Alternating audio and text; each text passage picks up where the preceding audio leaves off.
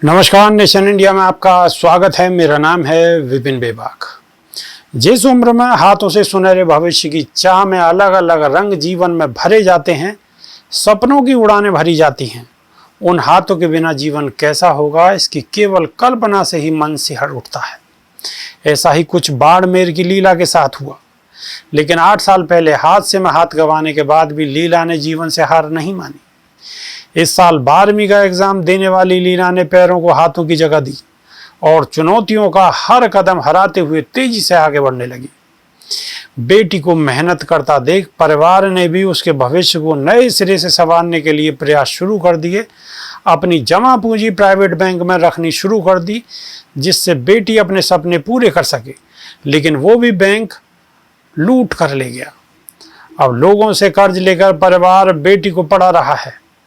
हाल ही में लीला चर्चा में आई जब उसने चीफ जस्टिस को लेटर लिखकर बैंक से अपने पैसे वापस दिलाने की मांग की है।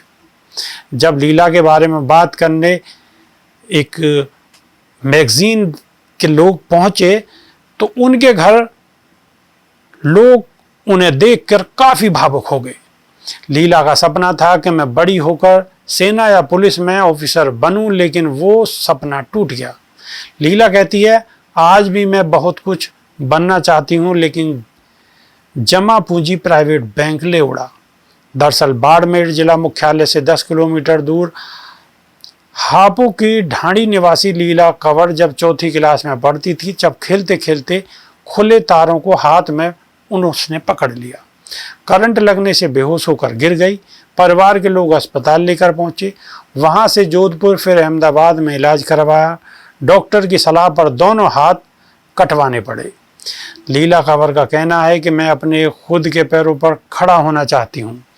मेरे माँ बाप पर बोझ नहीं बनना चाहती। मैं पढ़ लिख कर वकील बनना चाहती हूँ। हाल ही में लीला ने हाई कोर्ट के जस्टिस को लेटर लिखा है कि सरकार मदद नहीं करना चाहती तो ना करे, बस हमारे हक का पैसा प्राइवेट बैंक से हमें दिलवा दे। लीला ने बताया कि हाथ नहीं होने की वजह से घर में ही वो अकेली बैठी रहती थी, लेकिन खेलने, पढ़ने और लिखने का मन नहीं होता था। हादसे के 1.5 साल बाद अकेले बैठे बैठे मन में आया कि पैर से लिखना शुरू करती हूँ। पापा से बोलकर 5 रुपए की कॉपी और 2 रुपए की पेन लेकर लिखना शुरू किया। कई महीनों के प्रयास के बाद धीरे धीरे लिखना शुरू कर दिया। लीला कंवर बताती है कि जब पैर से लिखना शुरू कर दिया तो गांव के डॉक्टर ने मुझे व मेरे परिवार से कहा कि लिखना सीख गई है तो इसको स्कूल भेजो। फिर लीला ने गांव के सरकारी स्कूल में पढ़ना लिखना सीखा। पिता भूर सिंह ने प्राइवेट स्कूल में रिक्वेस्ट करके मेरा एडमिशन करवा दिया। अब मेरे 12वीं क्लास की परीक्षा मैंने दी है। रिजल्ट आया नहीं है। शुरुआत में जब पैर से लिखना शुरू किया था तो 3-4 लाइनों में ही शब्द लिखे जाते थे।